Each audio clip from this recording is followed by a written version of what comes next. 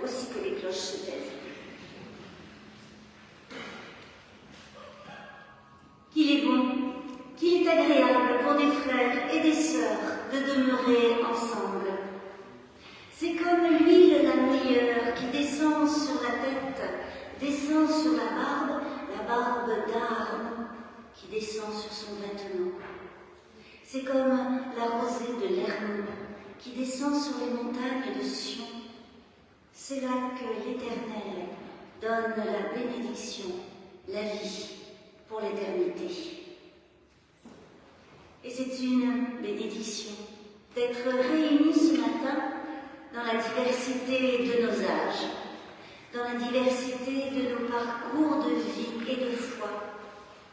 Ici, il y a des frères et des sœurs, ni des grands frères, ni des petites sœurs, seulement des frères et des sœurs qui ont tous la même infinie valeur devant Dieu. Oui, qu'il est bon ce temps de culte où la présence des uns et des autres est offerte aux uns et aux autres comme le don d'une huile parfumée, d'une rosée rafraîchissante, un pur bonheur où s'épanouit le présent et où s'éclaire l'avenir. C'est une bénédiction qui coule et se dépose en nous dans la grâce et la paix qui nous sont données de la part de Dieu notre Père et de Jésus le Christ, notre Sauveur. Amen. Avant de chanter le premier spontané de ce culte, comme nous sommes en panne de feuilles de culte, merci, si vous voyez que votre voisin n'en a pas, de partager avec lui. Si vous êtes à deux, de suivre avec un ou deux pour que tout le monde puisse quand même avoir la possibilité de suivre le déroulement du culte. Donc voilà, n'hésitez pas à faire circuler les feuilles pour ceux qui en ont besoin. Et si vous n'en avez pas, manifestez-vous aussi. Voilà. Donc nous nous levons pour chanter « Écoute-nous, Dieu de la terre », le premier spontané.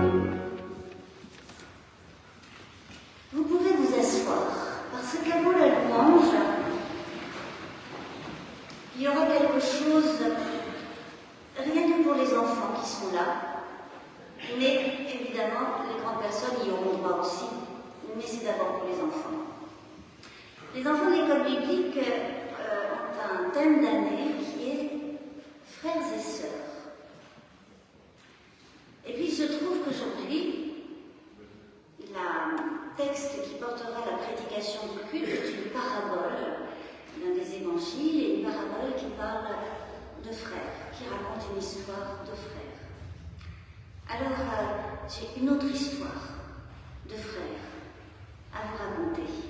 Quelques-uns d'entre vous la connaissent déjà. Ce sont donc deux frères qui vivent sur la même ferme, la même propriété agricole dont ils se partagent les revenus à part égale parce qu'ils l'ont hérité de leurs parents. C'est une ferme où ils produisent du grain, des céréales. Et donc, de part égale, deux frères qui habitent dans deux maisons séparées à la ferme.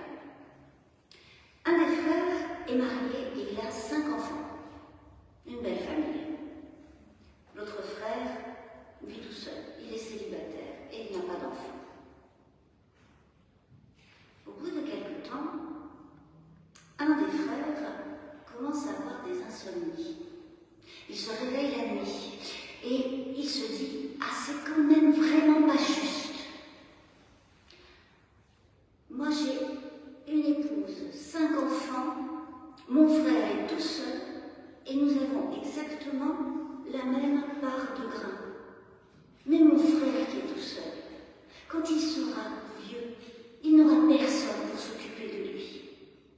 Qui lui apportera ses repas? Qui veillera sur lui? Il faut absolument que je l'aide à préparer son grand âge. » Alors le frère, qui a une famille, se lève la nuit, il va dans sa grange, il prend un sac de grains et il l'amène dans la grange de son frère. Pour l'aider, pour ses vieux jours. Au même moment, l'autre frère, celui qui est célibataire, a aussi des insomnies. Et il se réveille au milieu de la nuit et se dit « Mais c'est quand même pas juste. Moi je suis tout seul. Mon frère a 5 enfants et une épouse et nous avons les mêmes parts de grain. Mais lui, il a toute cette famille à entretenir. Et puis ses enfants, il faut qu'il les nourrisse bien, peut-être qu'il faut qu'il leur paye des études. Alors quand même, c'est pas juste, je vais l'aider. » Il se lève la nuit, il va dans sa grange, il prend un sac de grain et il l'amène dans la grange de son frère. Et comme ça, plusieurs nuits. Mais bien sûr, un jour, enfin une nuit, arrive ce qui devait arriver. Les 2 frères se rencontrent en pleine nuit, chacun avec son sac de grains sur le dos. Des années plus tard, après la mort des 2 frères, l'histoire se sait. Elle est connue dans le village. Et c'est un village où un jour les habitants veulent construire un temple pour se rassembler, pour célébrer. Et ils ont choisi, pour bâtir le temple, l'endroit où les 2 frères s'étaient rencontrés de nuit. Parce que pour eux, c'était le plus bel endroit pour construire le temple qui les rassemblerait. Voilà l'histoire. Vous en ferez ce que vous voudrez.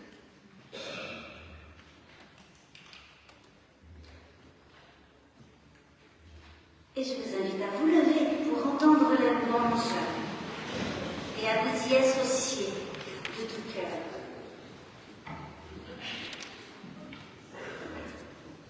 Éternel, nous te disons merci pour les vivants qui ont traversé la terre depuis l'aube des temps et qui la traversent aujourd'hui en y laissant une empreinte d'humanité. Merci pour les vivants qui ont traversé la terre et dont les paroles de pardon, les gestes d'amour, les actes de courage, les chansons d'espoir et de joie sont parvenus jusqu'à nous et nous permettent de tenir debout dans l'existence. Merci pour les vivants qui traversent la terre, éclairés par ta parole et qui nous en révèlent la lumière, la bonté. Merci pour les vivants qui traversent notre vie en déposant de la tendresse dans le déroulement de nos jours. Sans eux, notre existence resterait une longue marche solitaire et vide. Merci pour leur amour, leur présence et leur regard. Ils nous font naître à la vie chaque jour. Merci pour l'espérance que tu enracines en nous grâce à Jésus le vivant, ton Fils, notre frère, passeur de lumière et de vie, à travers toutes les nuits et toutes les morts. Amen. Et je vous invite à chanter au psaume 19, les strophes 1, 3 et 4 du psaume 19 qui s'appelle le ciel étincelant. Et c'est un beau nom.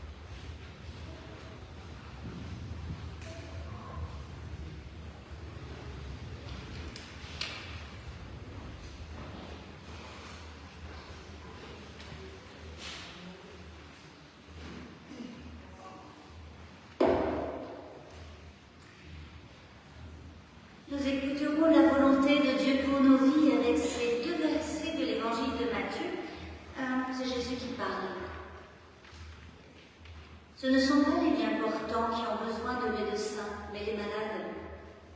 Allez apprendre ce que signifie « je veux la compassion et non le sacrifice ». Car je ne suis pas venu appeler des justes, mais des pécheurs.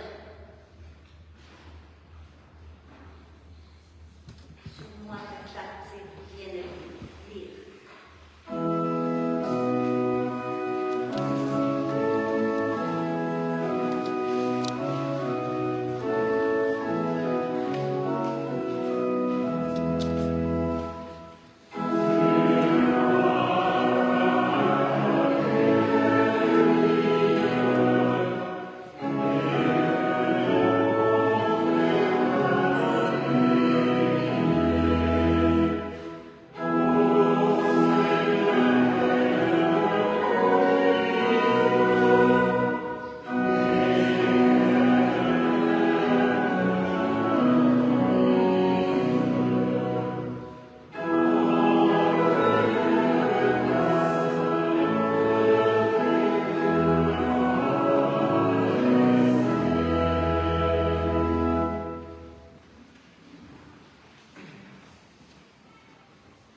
Je vous invite à vous rassembler dans la prière de confession dans laquelle Abel, qui est le catéchumène présent aujourd'hui, va nous conduire.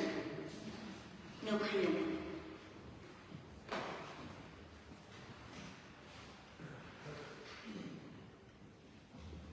Parfois, j'ai besoin de quelqu'un qui me montre le chemin que je peux suivre et dont la trace m'aide à avancer. Montre-moi le chemin éternel. Je ne veux pas le perdre. Parfois, j'ai besoin de quelqu'un pour me faire signe, pour attirer mon attention, pour m'indiquer l'horizon. Montre-moi le chemin éternel. Je ne veux pas me perdre. Parfois, j'ai besoin de quelqu'un qui peut m'enthousiasmer, dont la fantaisie est contagieuse, dont les pas soient fermes et légers. Montre-moi le chemin éternel. Je ne veux pas me perdre. Amen.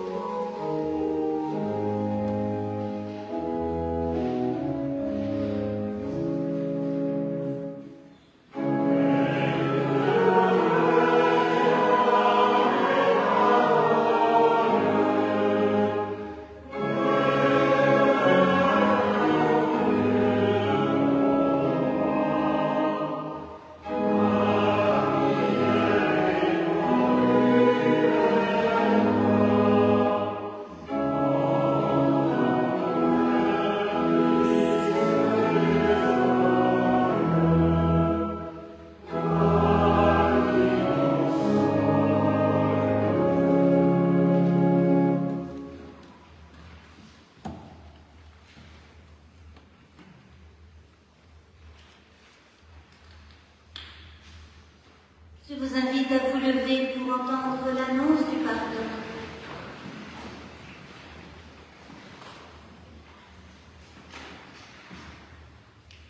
Il est l'harmonie du monde.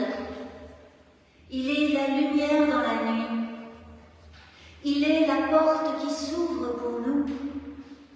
Il est l'inconnu qui surgit. Il est l'appel du malheureux. Il est le Dieu qui nous accepte. Il est notre vie. Il est la lumière, la vérité, le chemin. Il est notre Sauveur en cet instant. Amen. Et nous chanterons au cantique 267. Adorons tous le Seigneur. Amen.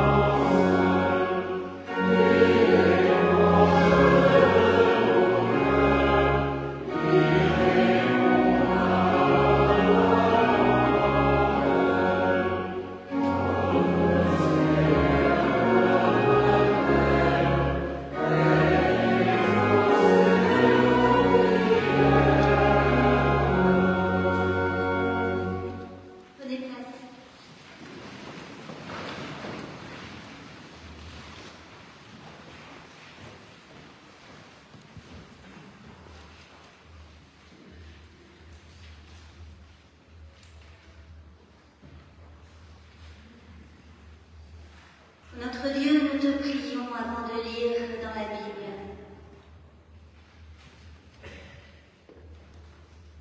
Par ton esprit, ta présence est déjà dans nos cœurs. Et nous ne te dirions pas, c'est toi, si tu n'avais déjà murmuré en nous, c'est moi. Parle-nous, nous t'écoutons. Amen.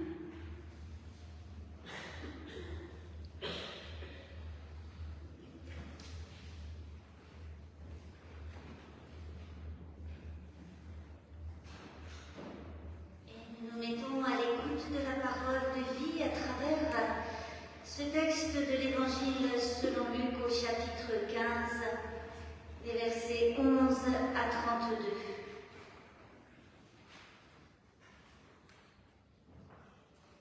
Jésus dit encore, un homme avait 2 fils. Le plus jeune dit à son père, « Mon père, donne-moi la part de fortune qui doit me revenir. » Le père partagea son bien entre eux. Peu de jours après, le plus jeune fils convertit en argent tout ce qu'il avait et partit pour un pays lointain où il dilapida sa fortune en vivant dans la débauche. Lorsqu'il eut tout dépensé, une grande famine survint dans le pays et il commença à manquer de tout. Il se mit au service d'un des citoyens de ce pays qu'il envoya dans ses champs pour y faire paître ses cochons. Il aurait bien désiré se rassasier des caroubes que mangeaient les cochons, mais personne ne lui en donnait. Rentré en lui-même, il se dit « Combien d'employés chez mon père ont du pain de reste, alors que moi ici je meurs de faim. Je vais partir. J'irai chez mon père et je lui dirai « Père, j'ai péché contre le ciel et envers toi. Je ne suis plus digne d'être appelé ton fils. Traite-moi comme l'un de tes employés. » Il partit pour rentrer chez son père. Comme il était encore loin, son père le vit et fut ému. Il courut se jeter à son cou et l'embrassa.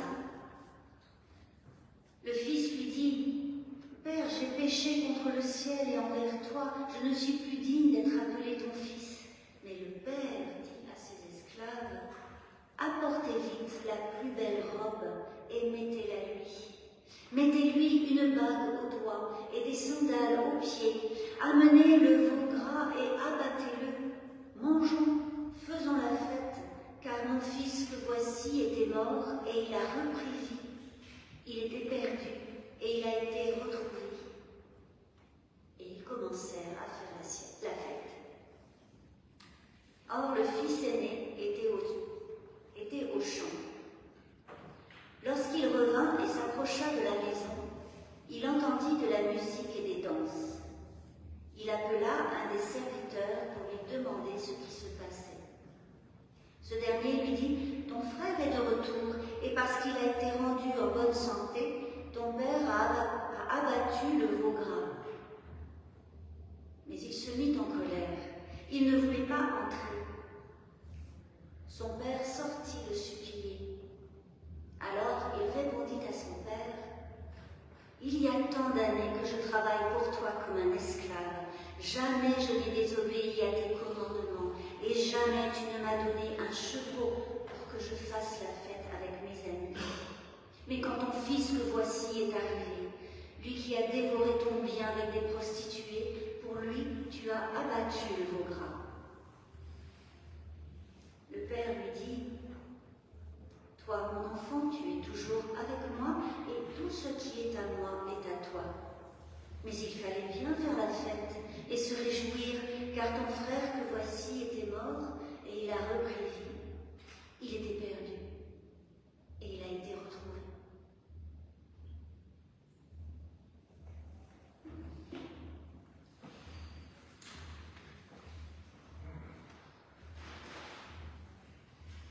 C'est certainement une des paraboles les plus connues qui a donné lieu à un très grand nombre d'interprétations en commentaires, en prédications, en peinture, en littérature.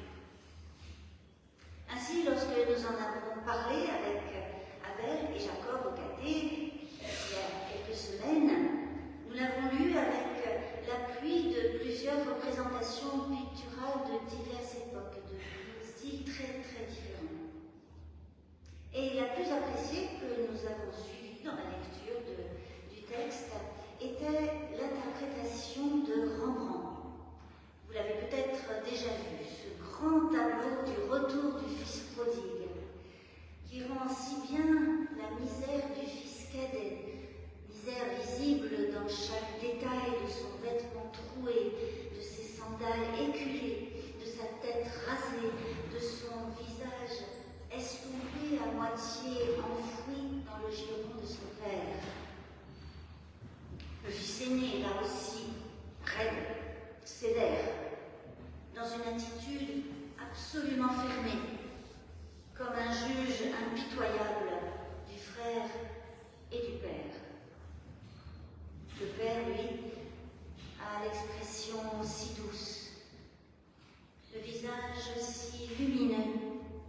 Son corps est incurvé comme un berceau pour accueillir son fils revenu, et il a posé ses mains sur les épaules de son enfant, une main d'homme et une main de femme. Il est vrai que le récit manque de figure féminine. Pas de mère, pas de sœur, seulement des prostituées, mais comme un mot craché par le fils aîné sur son frère cadet pour le rejeter à bonne distance d'indignité. Rembrandt fait du père un père-mère aux entrailles frémissantes et prête à mettre à nouveau au monde familial le fils qui était mort. Reste que cette maison est quand même une maison d'homme. Même le serviteur sur le tableau de Rembrandt est dans le texte un serviteur, et lorsque Rembrandt représente dans son tableau un ami du fils, c'est un ami. Alors l'audace du peintre à tirer par la main le père vers la mère ne bâlit pas vraiment le manque du récit. Il n'est d'ailleurs pas le seul. Tant de choses manquent dans ce que raconte cette parabole, et tous ces manques s'accumulent au fil de chaque description, de chaque prise de parole, d'un bout à l'autre du récit. Commençons par le fils cadet, celui qui réclame sa part. Littéralement, c'est sa part d'existence, la part d'existence qui doit lui revenir. Il la réclame parce que visiblement, pour lui, il lui manque de quoi vivre sa vie comme il l'entend. Vous connaissez certainement cela. Vivre de manière indépendante, par soi-même, c'est une aspiration assez largement partagée, et l'on peut s'y essayer de différentes manières. Celle du fils cadet est en deux étapes. Réclamer et couper les ponts. Il part dans un pays lointain. Ce faisant, il manque quand même un peu de gratitude envers son père, à qui quand même il doit de pouvoir partir vivre sa vie. C'est plus facile de partir vivre sa vie avec les poches remplies. Mais quelle vie! Puisque le voici bientôt sans un sou, en ayant tout dilapidé. Son aspiration a dérivé et s'est échouée en gaspillage, en plaisir, en satisfaction immédiate, en relation médiatisée par l'argent. Alors la famine survenant, le fils cadet manque de tout et doit s'attacher, quasiment se coller à un habitant de ce pays étranger. L'indépendance est largement hors de portée. La liberté, celle qu'il voulait, a disparu avec l'argent. Mais était-ce vraiment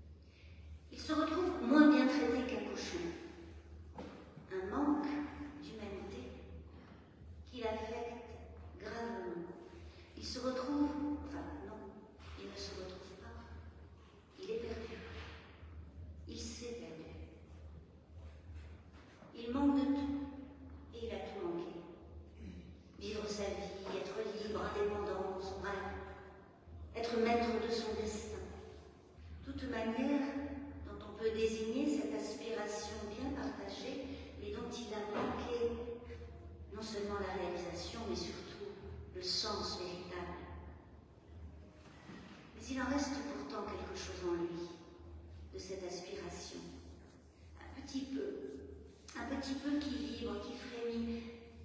Et c'est ce qui le fait rentrer en lui-même, en quête d'une ressource intérieure.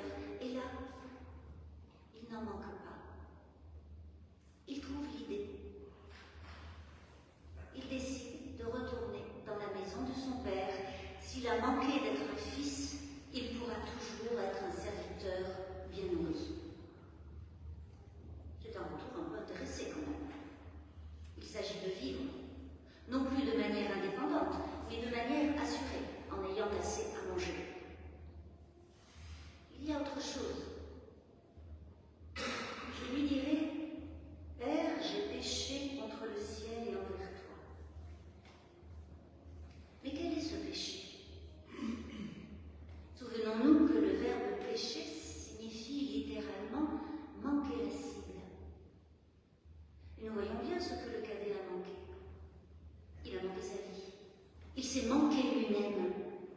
Et c'est ainsi qu'il a péché contre le ciel, manière de parler de Dieu, Dieu qui appelle chacun à vivre de vie vivante et à devenir humain en plénitude. Le fils cadet a manqué cela. Et puis il a aussi manqué à l'avenir que son père avait ouvert pour lui, déjà par la naissance, le fait qu'il soit né, et par la part d'héritage que le père lui avait donnée.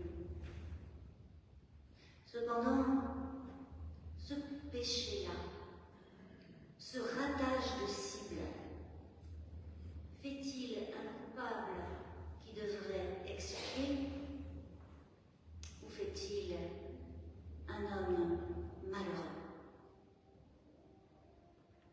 Le fils cadet, lui, se juge indigne de rester un fils. C'est aussi la vie du frère aîné. Il juge de la même manière le fils de son père, celui dont il ne veut plus pour frère, celui dont il ne veut plus être le frère. Le fils aîné manque un peu de compassion, mais c'est parce qu'il est jaloux. Et la jalousie est un moteur extrêmement puissant et néfaste dans nos existences humaines. Les Écritures le signalent dès le livre de la Genèse, au chapitre 4, avec Caïn, dont la jalousie, la colère et la violence qui vont avec. Et comme les griffes de la bête tapis à la porte de son cœur, cette bête monstrueuse qui est le péché, lui dit l'Éternel qui l'avertit. Mais le péché fait manquer à Caïn la fraternité, la parole, la vie, et il tue son frère. Le fils aîné de la parabole est jaloux. Il voit ce que son frère a eu comme lui manquant à lui. Il ne se voit qu'en fonction de l'autre, mais en défaut et en manque par rapport à son cadet. C'est que le fils aîné compte, et surtout ce qu'il n'a pas, et qu'il pense avoir mérité parce qu'il est lui dans une logique de donnant-donnant, de rétribution. Et c'est cela qui lui fait manquer sa place de fils. Il se comporte comme un ouvrier, un esclave, méritant une récompense. Alors, la fête préparée par le père pour le retour du cadet lui fait considérer son père comme un patron injuste. Cette fête provoque en lui le sentiment que le père et le fils de son père lui ont gâché sa vie. Et c'est insupportable. Il est en colère. Il ne veut pas rentrer, il ne bouge pas, il campe sur son camp à soi. Mais son camp à soi, ce n'est pas lui. Le père, lui aussi, manque beaucoup de choses. Lorsque son fils cadet lui demande sa part d'existence, il lui donne sa part d'héritage, des biens. Mais était-ce vraiment ce que son fils lui demandait? Pas vraiment. Bon, il le donne et il laisse partir son fils sans rien dire. Il le laisse faire, comme il laisse faire son fils aîné, le laissant se comporter comme un esclave et se laissant sans considérer lui comme le maître, le patron de son fils. Il ne voit donc rien, ce père. Il n'écoute rien. Il ne parle donc jamais à ses enfants. Et lorsque le cadet revient, ce fils qui lui manque, il court vers lui, il l'embrasse, et il ne le laisse quasiment pas parler. Il lui coupe la parole pour le saturer d'attention, l'envelopper dans la plus belle robe, le gaver de veau gras, les tourdir de musique et de danse. Mais il ne l'écoute pas. Et à la colère de l'aîné, il répond aussi par une saturation. Tout ce qui est à moi est à toi. Mais un fils n'est pas son père. Un fils n'est pas comme son père. Ce père, tout tendre et aimant qu'il soit, manque d'offrir à ses enfants l'espace suffisant pour qu'ils vivent leur vie à eux, qu'ils découvrent qui ils sont. Et puis, il y a un dernier manque dans ce récit. Il n'est pas terminé. Il manque la fin. Que vont faire le fils aîné, le fils cadet et le père?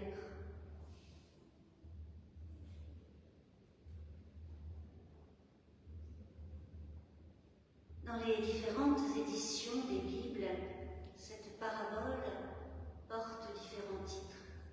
Parabole du fils prodigue, parabole du fils perdu et retrouvé, parabole du père prodigue. Mais il est possible finalement d'ajouter un autre titre. Je propose la parabole des manques. Et pourtant. Et le « et pourtant » fait aussi partie du titre. Le fils cadet a manqué sa vie. Et pourtant, il a pu rentrer en lui-même et puis retourner vers la maison de son père où il a trouvé l'accueil tendre et la fête pour la joie de son retour. Le père a manqué l'espace, l'écart qui laisse les enfants vivre leur vie et pourtant, il accueille le cadet sans reproche et il sort pour chercher son fils aîné. Le fils aîné manque sa juste place de fils et pourtant il peut dire ce qui l'étouffe. Et alors peut-être pourra-t-il maîtriser la jalousie, dompter la colère, se mettre à son tour en mouvement, ne pas faire comme Caïn, devenir un frère pour son frère. La parabole n'est pas terminée. Il y a encore un avenir pour chacun et pour l'ensemble. Il y a des relations à composer encore, à clarifier dans la reconnaissance de l'autre et de soi. Malgré tous les manques et les ratés accumulés, il y a les élans de vie intérieure qui mettent en mouvement, les dynamiques vers lesquelles on va vers autrui, les fidélités qui demeurent à travers le temps et les distances, les accueils gratuits, gracieux,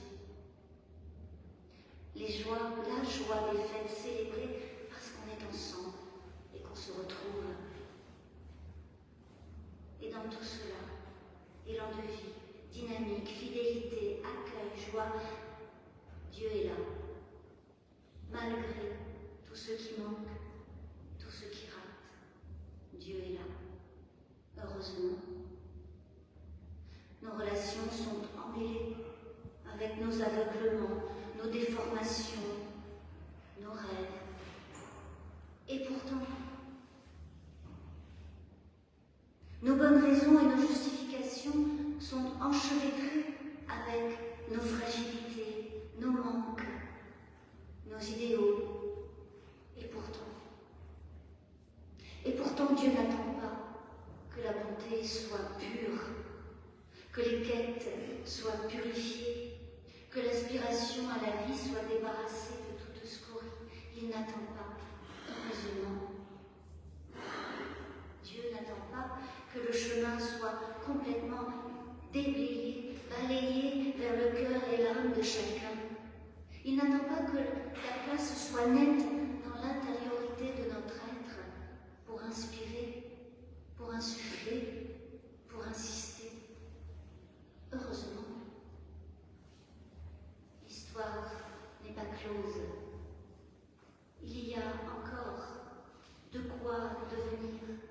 Il y a encore la liberté de chercher et d'essayer. Il y a encore la joie d'être trouvé. Parce que c'est bien pour cela que Jésus raconte cette parabole et deux autres petites paraboles qui la précèdent, pour dire la joie qu'il y a dans le ciel pour ces manquants, ces ratés, ces perdus, ces pécheurs qui, mangeant avec lui, ont reçu leur part d'encore de grâce et de vie. La joie qu'il y a dans le ciel n'y est certes pas enfermée à double tour. Dieu pourtant, Dieu malgré, Dieu encore. Ce ne sont pas des mots très prestigieux, ni très brillants, ni très impressionnants pour parler de Dieu. Cependant, ils suffisent pour dire la trace divine dans l'existence du Fils cadet, du Fils aimé, du Père, et dans chacune de nos vies. Amen.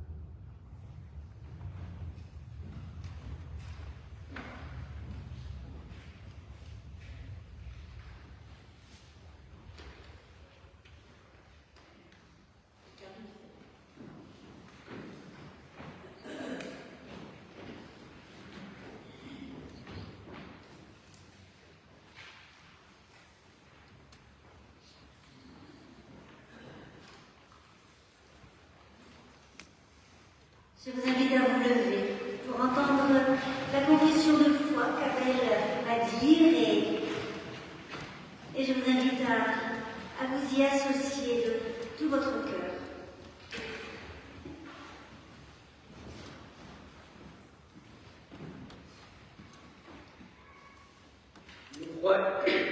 Nous croyons en Dieu qui a envoyé Jésus-Christ marcher sur des chemins où personne n'allait plus, pour y trouver les hommes et les femmes que personne ne regardait plus. Nous croyons en Dieu qui a envoyé Jésus-Christ parler aux hommes et aux femmes auxquels personne ne parlait plus, et tendre la main là où l'on fermait le poing. Nous sommes ces gens vers lesquels il est venu, qui le regardent et auxquels il parle, auxquels il donne la paix. Nous croyons au Dieu de Jésus-Christ qui nous envoie, nous aussi, marcher sur les chemins de la rencontre, regarder les hommes et les femmes de notre monde, dire des paroles qui relèvent, faire œuvre de paix. Nous croyons en Dieu dont le souffle nous désembarque. Amen.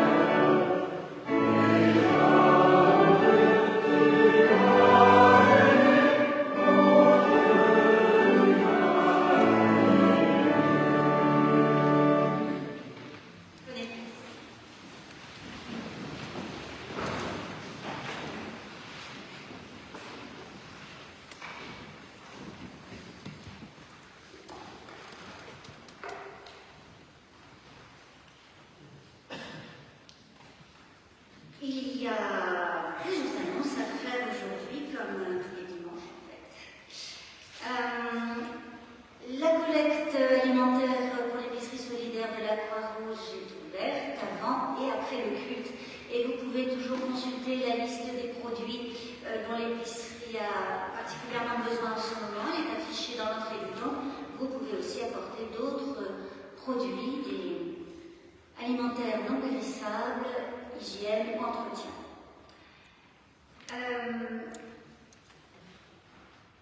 Je voudrais aussi signaler qu'après le culte, Valentin, qui est là, Valentin aura à disposition de ceux qui souhaitent en acheter des exemplaires des deux ouvrages édités par le Foyer de l'Âme et qui ont été présentés dimanche dernier après l'Assemblée Générale, Jean-Jacques Rousseau et Dieu, et Spinoza et Dieu, donc vous pourrez vous rapprocher de lui si vous souhaitez en faire l'acquisition. Et puis, après le culte, il y aura l'Assemblée Générale de l'Entraide du Foyer de l'Âme, donc cette association dont finalement nous considérons que vous êtes tous les bénévoles, puisqu'il ne s'agit pas seulement de cotiser, mais aussi d'accompagner les différentes actions que l'Entraide organise et propose. Et il y en a quand même un certain nombre. Donc l'Assemblée Générale aura lieu après le culte et il y aura pour cette Assemblée Générale des élections avec un élargissement du comité de l'entraide du Foyer de l'Âme.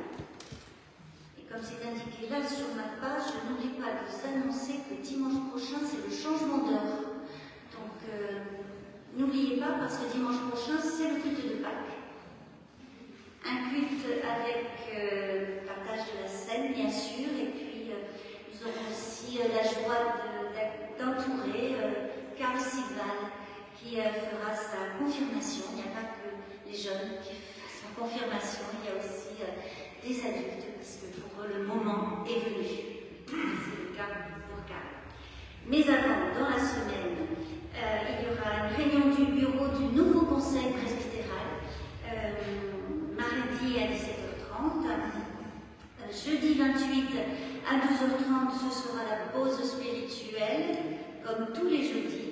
Et comme nous entrons dans la semaine précédant Pâques, eh bien, il y aura jeudi 28 à 19h ici, la veillée de jeudi saint. Nous partagerons la scène également et la méditation sera apportée par la pasteure Agnès Aline Schaeffer. Vendredi 29 à 19h, nous pourrons nous retrouver à l'oratoire, puisque nos amis de l'oratoire viendront ici jeudi. Nous irons à l'oratoire vendredi à 19h pour la veillée du vendredi saint, lors de laquelle j'apporterai la méditation. Et puis le culte de Pâques que j'ai déjà annoncé. Il y a une autre annonce qu'Isabelle Léyer va venir nous faire. C'est l'air tout nouvellement élu. Alors, je voulais vous inviter à noter dès à présent la date du samedi 4 mai, parce qu'entre Pâques et les vacances, on va pas nécessairement être tous là tout le temps. Le samedi 4 mai, il y aura un grand rassemblement régional de notre Église qui se tiendra au temple, dans le parc du temple de Boissy-Saint-Léger, entre le temple et le collège Bernard Palissy. C'est accessible en RER plus un petit quart d'heure à pied. Alors, ce sera une grande journée dans laquelle, autour des enjeux du dérèglement climatique, de l'écologie, de la justice sociale et de la foi, une journée d'information, de rencontres, de fêtes, de prières. Il y en aura pour tous les goûts, pour les familles. Il y aura des conférences, des débats, des films, de la méditation en forêt, un atelier d'argile, des jeux bibliques pour les petits et les grands, un grand jeu en forêt pour les enfants et adolescents avec les éclaireurs qui seront présents. Voilà, beaucoup de choses, de la musique. On vient quand on veut, quand on peut, c'est entre 10h et 21h. Alors, toutes les informations, vous pouvez les retrouver soit sur le site de la région, donc pour ceux qui sont équipés, il y a un QR code sur le tract et sur la fiche qui est dans le hall. Pour d'autres, on vous donnera des informations un petit peu plus au fur et à mesure. Voilà, grand rassemblement de tout le monde et opportunité du coup de rencontrer des paroissiens d'autres paroisses de la région parisienne, sans oublier que notre région parisienne, ce n'est pas juste l'Île-de-France administrative, mais ça va jusqu'à Château-Thierry, Troyes, Auxerre, Nevers, Dreux, Chartres. Et donc autour de l'écologie, il y aura aussi des agriculteurs bio-paroissiens, etc. et des chefs d'entreprise. Beaucoup de personnes très différentes, donc occasion de rencontre. On apporte son repas et de quoi pouvoir s'asseoir dans l'herbe et on espère que le temps sera de la partie. Voilà pour tous. Donc samedi 4 mai. Et puis, s'il y en a qui ne veulent pas faire le voyage RER tout seul, organisez-vous. Et cette grande journée de rencontre donc s'appelle Terre d'Espérance. C'est pour bien partager cette espérance que nous pouvons avoir tous ensemble.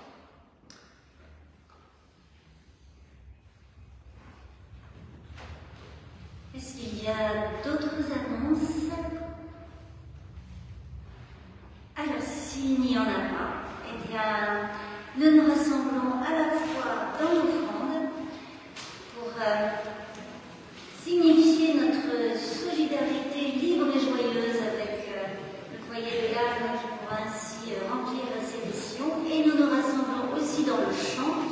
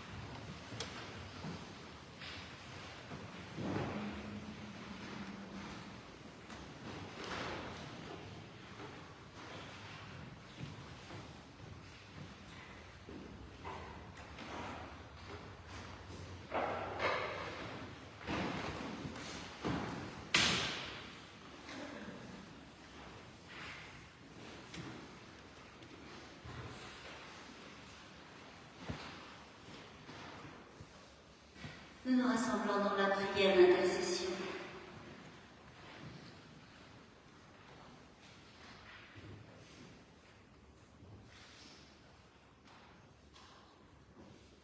Notre Dieu, nous ouvrons notre cœur, notre âme, notre esprit, notre être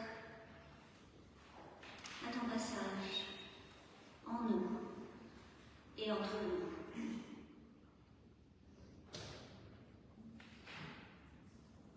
Si tu discernes un peu de bonté en nous, nous t'en prions, augmente-la par ta grâce.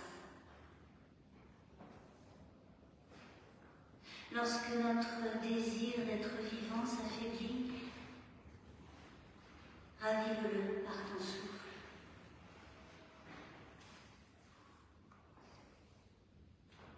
Et la créativité en notre cœur, approfondis-la par ta parole.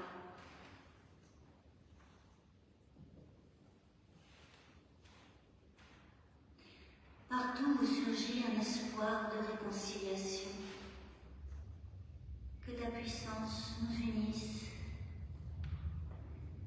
ta puissance qui ramène, qui accueille, qui relie.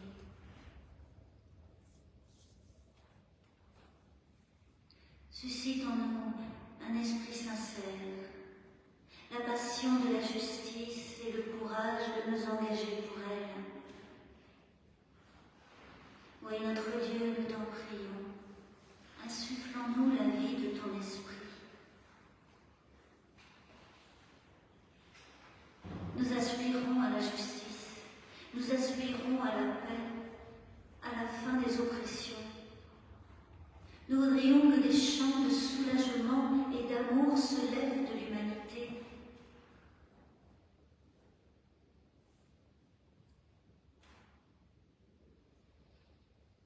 Donne-nous assez d'audace et d'espérance pour élever bien haut la flamme de la fraternité là où nous sommes et jusque-là où nous pouvons aller.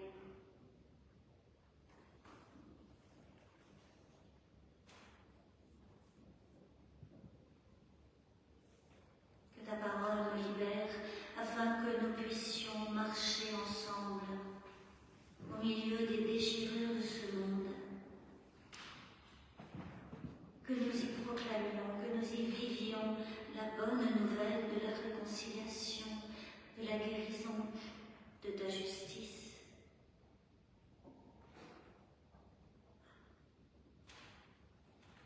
Et que nous fassions face aux exclusions, au désespoir de toutes sortes,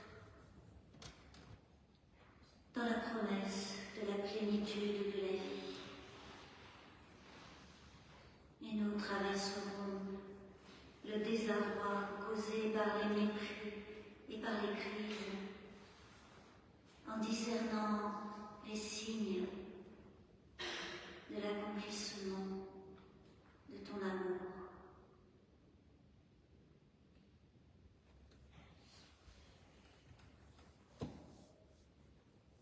C'est parce que nous y avons déjà goûté d'une manière ou d'une autre, et parce que nous l'espérons ensemble, cet amour de Père, que nous te prions à haute voix ou dans le secret du cœur. Nous te prions ensemble, notre Père qui es aux cieux, que ton nom soit sanctifié, que ton règne vienne, que ta volonté soit faite sur la terre comme au ciel. Donne-nous aujourd'hui notre pain de ce jour. Pardonne-nous nos offenses, comme nous pardonnons aussi à ceux qui nous ont offensés. Ne nous laisse pas entrer en tentation, mais délivre-nous du mal, car c'est à toi qu'appartiennent le règne, la puissance et la gloire, au siècle des siècles. Amen.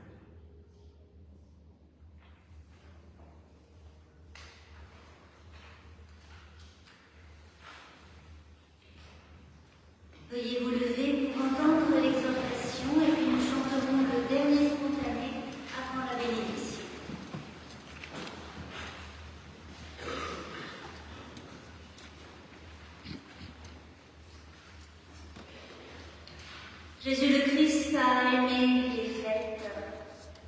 celle des vendanges et des moissons, celle de Cana pour les jeunes mariés, celle du pain multiplié et partagé, celle de la brebis retrouvée, celle du fils revenu, celle du pécheur accueilli.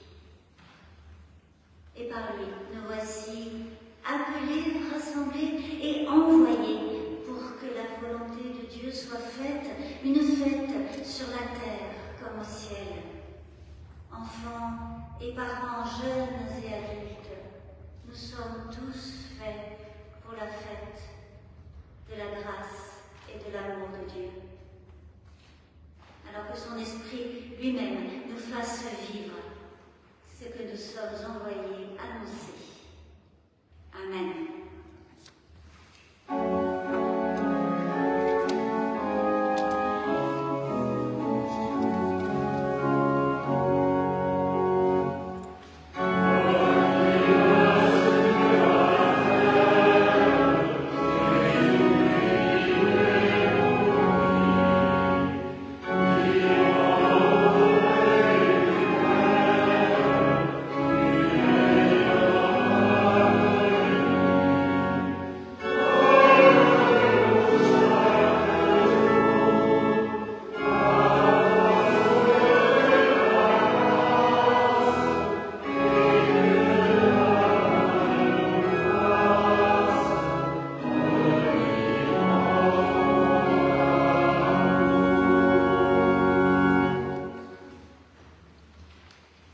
Amis, frères et sœurs, même lorsque vos pas chancellent, l'amour de Dieu vous accompagne. Même lorsque l'étape de votre chemin est rude, la paix de Dieu vous soutient. Même lorsque votre chemin est escarpé, la joie de Dieu le borde. Dieu vous bénit et vous garde en son amour. Amen.